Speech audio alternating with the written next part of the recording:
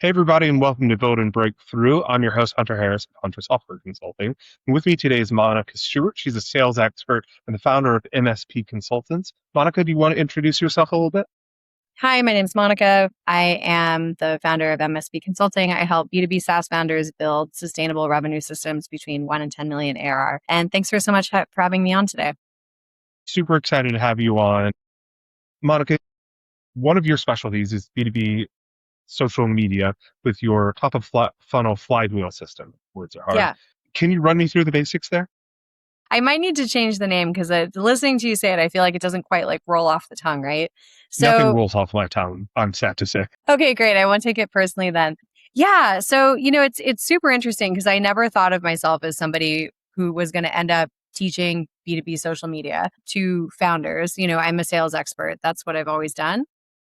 But what I realized over time is that all of the companies that I was working with were all having the same types of problems building pipeline. And what it stemmed from was like going from having a lot of familiarity with their market to having like no familiarity with the people that they were talking to. And so usually what this looked like was like they would start with selling to their network and selling to people that were within a couple of degrees of separation from them, which is exactly what you should be doing, right? At the earlier stages. And then once they had kind of gotten validation with that and started to prove out product market fit, then they would, for some reason, still unknown to me, probably based on like advice from their investors or something like that, then they would be like, okay, great. Now it's time to scale up outbound. And obviously, like there's not a straight line between those two things, between those two strategies. And so what happened is that like all of the momentum and all of the work and the energy that they had built was just like gone. So, and then they're like, well, what do we do? And so then it starts to create this like sort of reactive situation, which like nobody really wants to be in. And then they start making short term decisions. And it was just like really, really bad. And so what I realized needed to happen is they needed to have a consistent way to be creating familiarity with their market and then sort of tapping into that familiarity. So if you think about it as like, you build friends, you make deposits, and then eventually you get to the point where you've made enough deposits that then you can make an ask, which is converting that audience. And what they were missing is that they never built more audience. So they just had the Hmm. group of people that they had around them at the time that they started.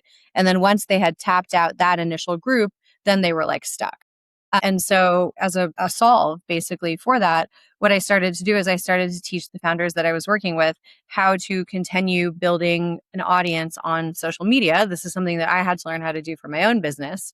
And candidly, was also something that a lot of them would do in the early days. They're like, yeah, I did that like 2 years ago and then I stopped. And so it was really just sort of teaching them, like, how do you continue to do that in a way that's consistent, in a way that is manageable for you while you're running a business, and do it in the right way so that you're not just posting about random stuff and you're actually attracting your target market and you're slowly warming them up and kind of moving them down like a content funnel over time. So, it was really interesting because like it started being one of the most popular topics that my Hmm. clients wanted to talk about. Like we would do, I had a meeting with somebody a couple of weeks ago and I was like, okay, well, we're a little bit short on time today. So we can go through what we're working on for your entire post sales process for your largest clients, or we can talk about social content. And they were like, I want to talk about social content. Like the market pull for this has been crazy. That makes sense to me. I mean, I feel like social, first of all, is such an incredible lever. So for founders that are kind of looking to start with social media in this sort of aspect, what is the best entry point into this? Is it LinkedIn? Is it still LinkedIn? Or do you recommend somewhere else? Yeah, it's definitely still LinkedIn. I mean, and this, I'm going to qualify this by saying that like I work with B2B SaaS companies that sell a mid-market or enterprise product. And so for those people, their customers are on LinkedIn. And candidly, like I don't really care what industry you're selling to. If you're telling me that you're selling to like large food and beverage manufacturers, or if you're selling to Shopify merchants, if you're selling to the big ones, like they're on LinkedIn. Everybody's on LinkedIn. I love when people are like, "Oh, I sell to engineers, they're not on LinkedIn." They're And on LinkedIn. I'm going to show you 10 profiles right now of people who have over 50,000 followers and are regularly getting 250 plus engagements on every single post that are writing for engineers. And like all you have to do is you have to find the right content hook. If your content is boring, it doesn't matter who your audience is, your content is not going to do well on LinkedIn. If your content is good, like your audience will find you. So I do still think that that's for at least the people that I work with, that is always the first place to start. I know that other people have had some success on X. For some people, if you're very small, maybe it's Reddit. But I mean, this is the platform that I know the most. I wouldn't know enough about other platforms to speak to them in detail. I do think that Instagram can work for some people, but I think that's still more. I think people come to Instagram to learn about B2B now, but I don't think they're converting Interesting. on Instagram for B2B. What about TikTok? Because interestingly enough, I've heard a number of people mentioning that TikTok for B2B is actually starting to pick up and perform well. It is. It is. I mean, like searches for B2B content on TikTok are like up, 3,600%. But I would say the thing that I said before, learning on a platform and converting on a platform are not necessarily the same thing because again, we're talking about the people that I work with are not looking to convert someone to a consulting call or to a community or to a course. They're looking to convert someone to a 5 or 6 figure software subscription, right? And like that's not happening on TikTok or Instagram to my knowledge right now. I also think that we need to qualify what we mean when we say B2B. So like when I see those stats and then I look at some of the content and the creators that people are calling B2B, some of it is people who are doing like high ticket sales content or something like that. It's not what we think about when we think about B2B. B2B can be anything. B2B can be like, I'm Alex Hormozy selling to small business owners, or like I'm Hmm. Dan Martell selling to startup founders. But Dan Martell's business model is not what my customer's business model is, if Right. that makes And sense. I guess to qualify a bit more, then most of what we're talking about is specifically B2B SaaS, right? Correct. Yeah. Which, yeah, is quite a bit different when we're talking about things like an enterprise subscription versus like, hey, buy my course or something like that. Exactly. But to that effect, too, I mean, this is the quintessential distinction between sales and marketing. Obviously, the goal of marketing is to get people into your sales pipeline at the end of the day. So I guess what we're articulating in terms of this sounds a lot like, okay, so Instagram, TikTok, maybe YouTube Shorts too, probably isn't going to get people all the way through your sales pipeline, but it could Mhm. be a valuable channel for building brand awareness, putting out content that people can consume to build trust in your company's particular brand, build some sort of customer relationship with that brand. I mean, I imagine if you have a sales outreach from a company that you watch, say 300 YouTube shorts or 300 TikTok videos from, you're probably going to be a lot more receptive to that outreach from that company, even if you're not necessarily immediately considering converting yourself, right? Well, and this is where you also have to think about the difference. And this is another big part that I think people don't really understand the difference between your company brand and your personal brand, which, like, even if you're Very doing true. it for your company, you should have a personal brand. So, Hmm. I was like laughing this week seeing all of these videos coming out of the Cannes Lions Festival Hmm. where like Salesforce and Adobe and Google and all of these like super corporate companies brought all of their executives there and they did these videos like of their execs like sweating in their company's little beach club activation thing and they're like, so everyone's talking about AI, and there's 3 things that we keep hearing out here, blah, blah, blah, blah, blah. And I just want to be really clear like, those videos are great, but like, you can't do that and be like, oh, this is personal brand. It's not. Like, you have a person that is saying your company's talking points. And those 2 things are not the same thing. And this is the part that is like the trickiest, I think, to work on with my clients. And it's interesting too, because I found that this is some of the more intense, like hands-on work that I'm doing with them because I have to get them to do it on their own. Like if it's teaching them how to do a discovery call or teaching them how to do a demo, like, I can tell them here is your demo framework. that I have made for you for your company. You Yeah. do This demos this way. So process. we're going to coach to this framework. I can't tell you what your content pillars are. I can't tell you what to write Hmm. about. You have to do that on your own. So it's like front loading them with a lot of context of like how to think about creating a content strategy that is unique to them, where it doesn't feel like they're just reading a press release, Hmm. but it's also not random and it still speaks to their audience. Hmm. Yeah. Very interesting. But I want to Oh, say something else. Like, this isn't just, you're not going to get conversions in B2B SaaS just doing this. So absolutely. the content is part of it. It has to fit into, it's kind of like a 9-tier nested system, not to make it Hmm. sound too complex. So, like, tier, 92 sounds like a lot. You agree with that wholeheartedly. it's simple, but it's not easy. Absolutely. Yeah. So you've got like on the what I call it expanding your universe. So you're creating content that is unique to you but speaks to your audience. You are also regularly showing up on other people's pages and you're commenting on their content. So you're like, it's like, imagine if you went to a conference and you wouldn't just stand on the stage and give your talk. You would go out, And you then would meet fly out. with people, you'd see a couple of people that you knew talking and you'd be like, "Hey, how's it going? Let me enter this conversation." So obviously you should be doing that online too. It's basically a 24/7 conference. Like, don't be weird. Like, just do what you would actually do at a networking event. You wouldn't just stand in the corner, like reading your talking points, but a lot of people are doing that on LinkedIn.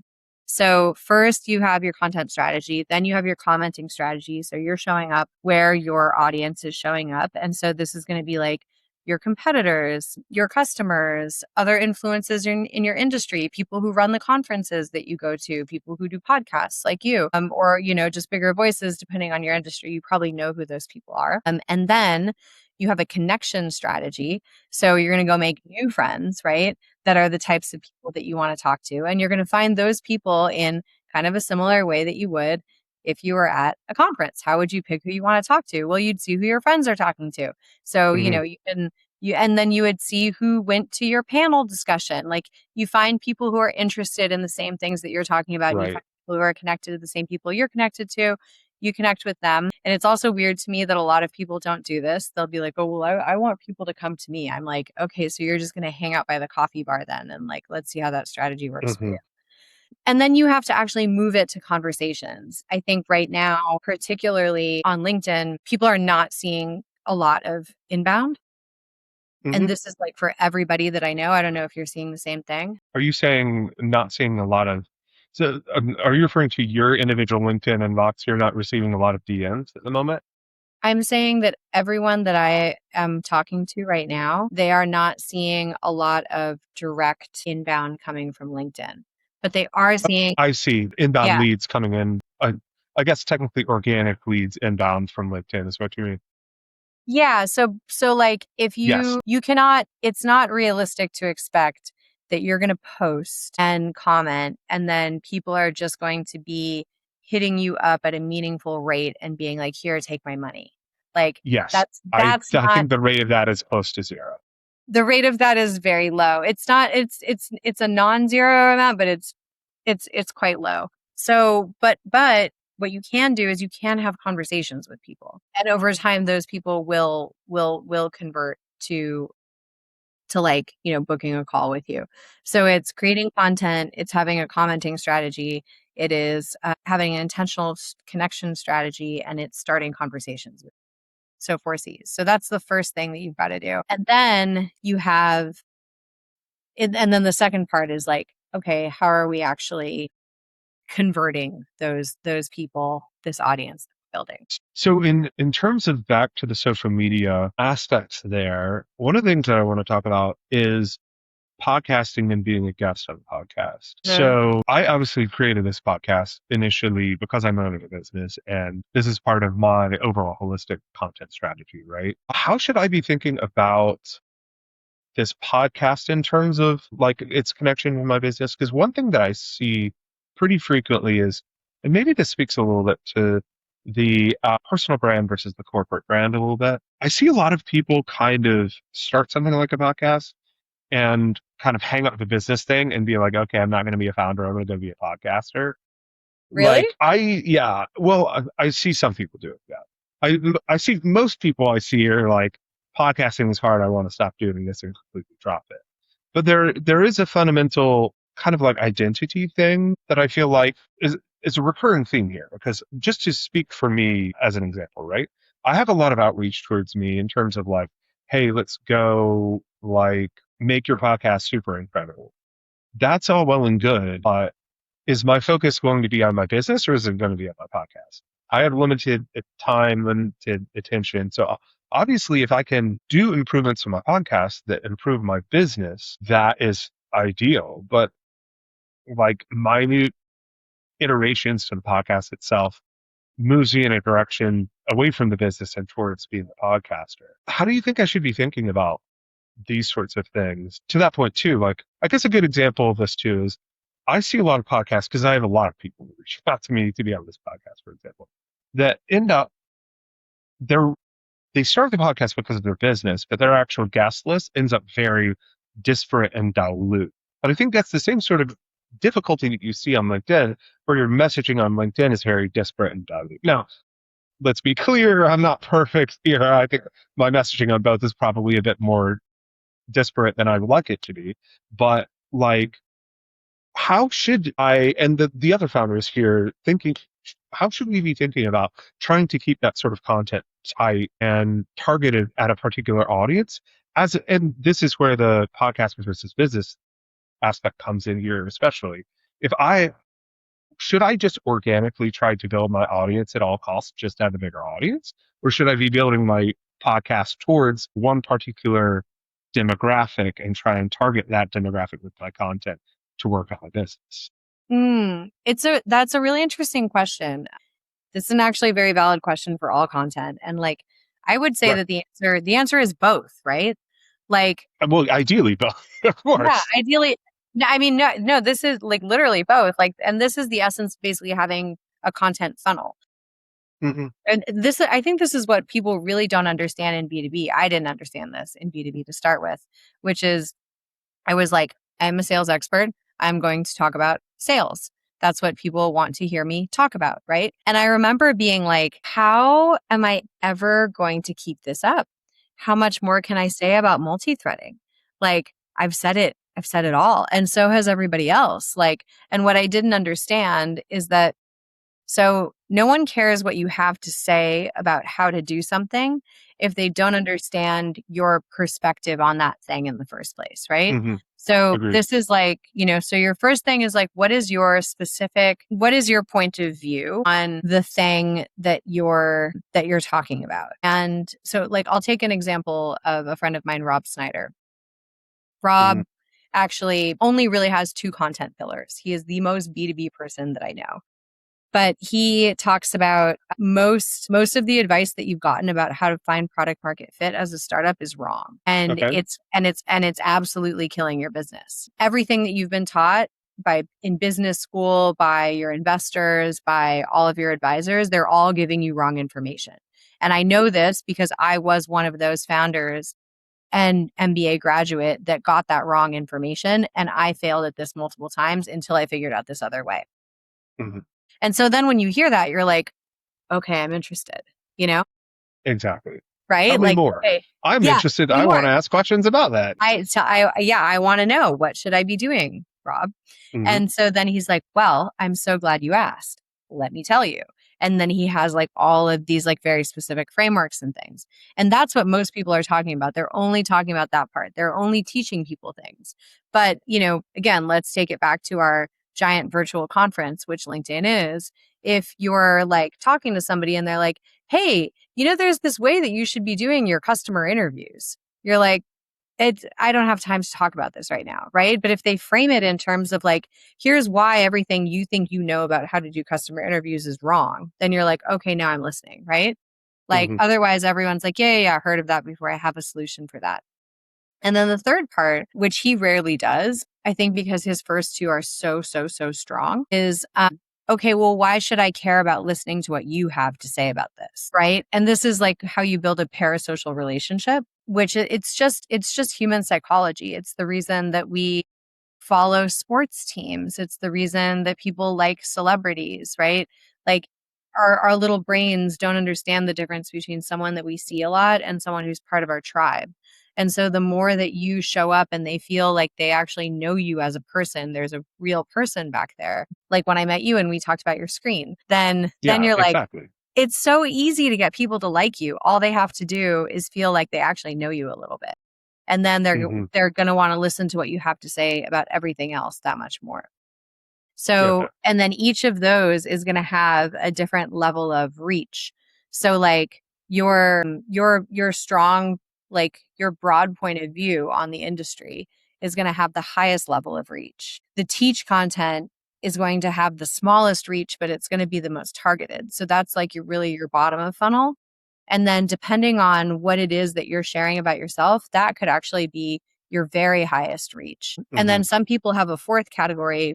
I have this fourth category, which is like literally just stuff that is designed to be as broadly appealing as possible. I talk about travel and I talk about working out because these are two things that I can write a lot about that I know are going to be broadly relatable to the people that I'm talking to, which are Hmm. startup founders that are in their 30s to 40s, you know? It's super interesting that you say that because I just realized that earlier today, when I was just popping up at LinkedIn for 1 second, you had a post, I think, about travel that I engaged with because it was something that was very, very relevant to me. And I'm like, Yes.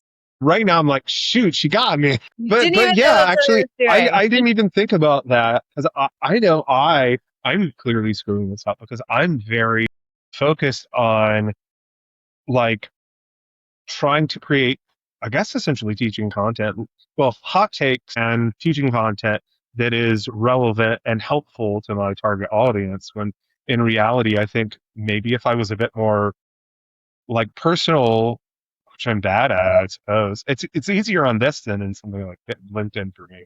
Yeah, But right? like part of what I struggle with is just like at my core, I'm like, I just want to do the business thing so we can all win. Right? When in actuality, I should just be like, let's chill a little bit. Just chill. It'll be fine. Let's chill. Totally, just chill. And I don't believe you that that's all you want to do because I know that when you are not on your podcast or on a client call, there is other stuff that you talk about. There's other stuff that you care about.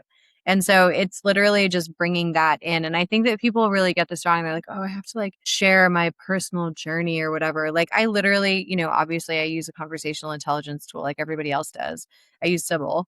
I went and I said, tell me what the most common non-work related topics are that I speak about with my clients in the last year or in the last 6 months. And it gave me a list of like 10 things. And then from that list of 10 things, I picked two.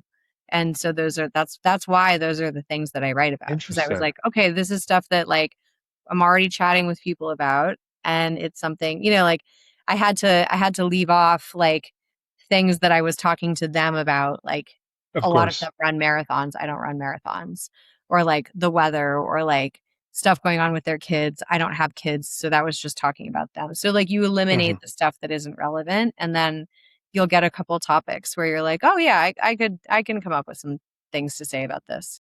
That's really interesting because I have a agentic content library that I generated, which is, I assume, pretty much the same thing as what Sybil's doing for you. And I had not, literally, this is the first time that this idea has crossed my brain at all whatsoever. So thank you for that. I think that'll be interesting to just look at broadly anyway and say, like, yeah, like, aside from the business stuff, what am I actually talking about with some of these people? Mhm. Because I use it very heavily for like, what themes and topics am I covering and what haven't I written about? What sort of podcast guests should I look for? These sorts of things, like business based through lines, but I hadn't thought to use it to analyze any aspect of myself at all whatsoever. Oh, That's that's super really cool. interesting. Yeah, I mean, you totally can. And this was also a funny one because I don't do a lot of small talk. So that's probably why most of the topics on there were things that they were talking about. But Hmm. yeah, I mean, it was super helpful. And like those topics were the right topics. Every single one of them performed super well. So to bring it back around to your question before, why am I doing that? Because if I get a post that gets shown to 50,000 people, a higher percentage of those 50,000 people are going to be people who don't already follow me. That is a good point. And of those people, a certain percentage of them, and this happens every single time, will then go to my profile and they'll be like, I'm interested in the other things she's saying too. And then they'll Hmm. follow me. So off of these like really random posts that are about nothing that I sell or nothing that I teach, I get followers because, and they are followers that like they've looked at my profile and they chose to opt in. They're like, I want more like this from Hmm. Monica because they're like, oh, she actually talks about a lot of things that are pretty relevant to me. Man, fascinating. It's But it's like, it's because I picked the right topics, right? Like I love plants, of obviously. course. If I was talking about, I mean, who knows? Maybe my audience really does love gardening, but I don't think so. Like I think business travel and the gym are like more their vibe, you know? Probably, yeah. I was gonna say if you post gardening stuff, I'll probably engage with that because I do like gardening. I don't I have a might garden try. here in my You house, guys which has should been test the sad, but plants. yeah, I mean those are lovely. I wish I had a better environment for that stuff. But Thank you. They are I have multiple, I have new leaves here. I have like 6 new leaves that just sprouted on this big monstera over there. lovely. Yeah. I miss my vegetable patch at one of my previous places. That's so nice. I'm big into growing things like cilantro and mint, and it may come with like the engineering background, like practical edible stuff specifically, but Like touch grass, literally touch grass and touch then it. eat the grass and cook with the Yeah. grass. Because Yeah. cooking's a hobby too. Maybe I should That's talk. Maybe I should like post some cooking stuff or something like that. Dude, you should totally post some cooking stuff. My favorite example of this is my friend Lindsay Rios. I don't know if you've come across her content. I have not. She's great, also a sales expert. She's a fractional CRO. Hmm. And she did this series called What's for Dinner, where she would just post like what she was making for dinner for her family that night. And like she would put like a picture of it and she's like, here's the recipe. And then actually those were the posts. And then she actually ended up doing a series with Apollo called Revenue Kitchen, where it was like her in her kitchen making eggplant parm or whatever she's making. But as she's cooking, she's like talking about GTM topics. And Interesting. those were great posts also because they were very polarizing. People would either be like, this isn't Facebook, da da da da da, Hmm. or they would be like, that's incredible. That looks so good. I'm going to try it. And so either way, like people have a feeling about it and she's getting engagement. Hmm. And I think I'd be remiss if we didn't talk for a second about like the dark side of all of this. Like, don't do the thing where you're like, 5 things baking shortbread cookies taught me about B2B sales, right? Like, just be Right. authentic with it and just do the thing. Don't try and like artificially link it back through some AI generated metaphor or something like that to the business Totally. thing, right? Not everything has to have a lesson. And the other one that Quite. I see people get Isn't into that is like, quotable, right? not everything has to have a lesson. Sometimes things just are. Sometimes things just happen.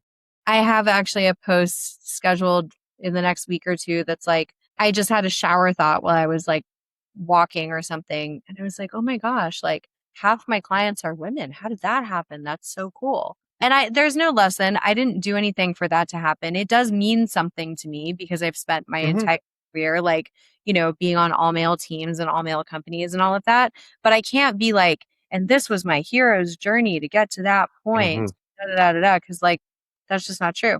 So that's kind of how the post ended. I was like, yeah, I don't really have a lesson here. It's pretty cool. Like, pretty Yeah. cool moment. Just the thing that happened and it was dope, right? Yeah. Or And is also dope. like the humble brag. Like I Yeah. feel like this comes from an earlier generation of B2B personal brand where it was like, you should be vulnerable and like da da da da da. Cause the idea was like, you're an executive and people need to see you be vulnerable because they like look up to you so much. But I think that we've just moved past that, like as a society. And Hmm. so, like, if you think about like the influencers that you follow, right, on whatever platform you like to use, even the ones that are really, really, really famous are never and like really successful, they're never coming on there being like, okay, I'm like really famous and like really successful, but I'm going to be just like so real and down to earth with you guys right now, even though I have millions of dollars and all of these awards, because that's just how real I am. Like, nobody would, that would get zero response. Like, they make It's you just always, jarring, right? it's super jarring. They always make you feel like you are right up close with them and like they're talking to you like you're their like best friend. And so that is another thing that I see with people like, and it comes from a fear of being seen. It's like Mhm. you the person who's making the content feel uncomfortable like really being seen. Uh, It, like it's a way of justifying your presence to a certain extent, right? It's not that's that a very good point. Yeah. you kind of feel like you can't step up to the table, and as a result, you have to say like, "Hey, look, I actually am rich or famous or have these awards or whatever," as opposed to coming from a place of confidence and saying basically like, "Hey, I exist. Here's some stuff. Let's do it. Peace." Right. That's such a good way of putting it. Yeah, like it's self-evident why you guys are listening to me and why you should care about this. 100%. Yeah, exactly. And it's like, that is the whole journey. Like I have a team right now that I'm working on this with, and one of their team members, she's got really good two pillars, but like the part where she's supposed to be talking about something that's not work related, she will not. Like she cannot do it. Like everything that she comes to me with, I'm like, I just don't believe that this is really what you think about on the weekend, you know? It's 'cause it's like a variation of like, "What's your biggest weakness?" Like, "I'm too dedicated." It's like that kind Yeah, of stuff. And I'm like, "Come on, like, I I know work you too can do hard. better than this." And so I gave her a month to come up with Hmm. one thing that she can talk about that's not work related, and she was like, "This one is the hardest one for me." And I was like, "Yeah, like that's the journey, you know?" Yeah, right. And so I'm just so like honestly so grateful that so many of my clients are like letting me teach them this and are going on this Hmm. journey with me because it's the hardest thing that I'm asking them to do 100%. Like everyone's like, great, how to do a better discovery call. Sign me up. I've been getting feedback on this for years, you know? But this is actually like, I am asking them to change their behavior and to do something that is uncomfortable. And to And be I'm, genuinely vulnerable, right? Because if you're yeah, just executing the playbook, right, you don't have to put yourself and your personality on the line and put it up for people's potential judgment, right? Versus if you genuinely expose yourself on a platform like LinkedIn, for example, it's one thing to have someone say like, "Hey, your sales playbook sucks," and be able to say like, well, I'm not my sales playbook. But if you're like, hey, here's like this recipe that I personally handcrafted, or here's yeah, my house plant, and have someone to be like, that's trash. They're wrong for having that attitude, regardless. But it's the potential for someone like the social judgment aspect, I think, that exists out there. it's going to happen. Yeah. Yeah, and you have to have that attitude also. Like, I'm just going to put myself out there and be what may, right? Yep. Because the people that are critical of you as a person are, in fact, wrong. Because you're you, Because I am, in fact, awesome. or just you are you, right? And that There's no is value something that judgment. exists beyond judgment, right? And this is going to sound really cliche to say, but you never know who is watching. Like when I started Of posting course, consistently 3 years ago, I would regularly get like 4 likes on a post. I know And I this feeling. remember yeah, I did a post about like it was like a big long like essay about like what I take from Burning Man, kind of Hmm. like into the rest of my life and kind of like how like what I understand about Burning Man has influenced my philosophy on life in general. And it was a big deal for me to like share that much, on LinkedIn. And the post did not do well. Now that I'm talking about it, I'm like, maybe I'll bring it back. But Yep. one of See how it the lands this time. yeah, yeah, it's going to be August again soon. One of the, 12 people that saw it was my now really good friend, Leslie Vanetz. And she told me later that was like the post that made her want to be friends with me. She's like, oh, this Monica person seems pretty cool. So, and that, I mean, she's incredible. And I'm so happy that she's my friend and that I have her in my life. So, sometimes it's just that, like, and this is another thing is that 90% of the people that you will find on social media that end up becoming your collaborators, your customers, your podcast guests, whatever it is, they'll never engage with you. You will never hear from them. You'll never know that they're even seeing your stuff because unfortunately you can't see who actually saw your posts until one day you will hear from them and they'll be like, hey, it's been 7 years, but like I saw something that you posted today that just felt like it was speaking directly to me. And I think that we should have a call. Mhm. And that has happened. Well, I feel like that is a lovely note to end on. Yeah. You want to plug your pluggables? Yeah. So you can find me on LinkedIn. I'm there every day. Send me a DM. Tell me about your journey.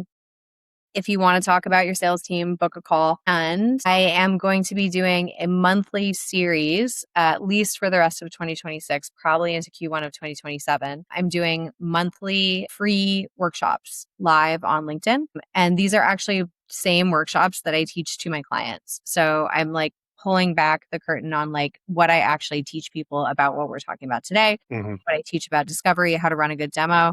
And so if you want some brushing up on different components of your sales process, check out my events. I don't know when this is going to air, so I can't tell you when the next one is going to be, but I'll be running them once a month for the rest of the year. Can you shoot me like a static link to your website or something like that that I can put into the show notes for this? Perfect. Well, Monica, thank you very much for joining. I have to say this was incredible.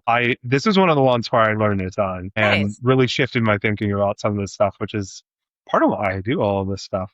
And I mean, I might actually join one of those live events actually, because Do like, it. I mean, sales is where I need the most work. So it sounds like I could probably gain a lot. And for everyone watching, I mean, God, I hope you've learned as much as I have. This is really fantastic. Thank you so much for having me. Really fun. I'm so glad to have you. This is fantastic. And everybody, please tune into the next episode. We got a lot of fantastic guests coming up, and I hope you all have a fantastic day. Peace. Peace.